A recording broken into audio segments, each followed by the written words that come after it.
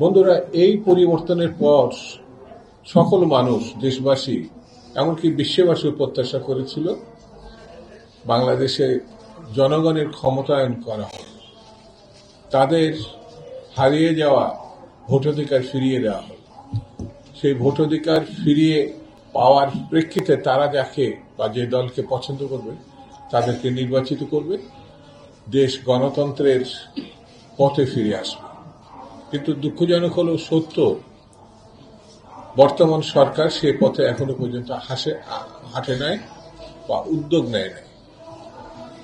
সকল রাজনৈতিক দল সরকারের পরিকল্পনা প্রত্যাশা করেছিল যে তারা একটি রোডম্যাপ ঘোষণা করবে, কবে, কখন, কিভাবে ভোটের দিকে এগিয়ে যাবে, কতদিন সেই সময়, যেটা অত্যন্ত জাতীয়ভাবে গুরুত্বপূর্ণ। কিন্তু সেই রোডম্যাপ দেশবাসী পায় নাই। দেশ ক্রমে সম্ভাবনাময় একটি অবস্থা থেকে হতাশার দিকে যাচ্ছে।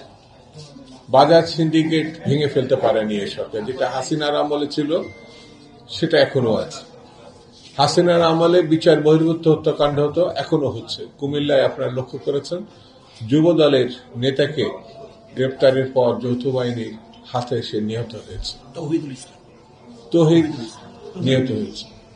তো এই যে শ্রমিক নিহত হয়েছে পুলিশের গুলিতে শুরুর দিকে, এখন এই যে ঘটনার যেদিকে এগোচ্ছে, আমরা জানি গতকাল গাজীপুরে যে নির্দয় নির্মম ঘটনা ঘটেছে, এত সাহস তারা পায় কোথা থেকে? এই প্রশ্ন যদি কেউ করে তাহলে এই সরকারের রাজনৈতিক দৈন্যতাই জনসম্মুখে প্রকট থেকে প্রকটতর হয়।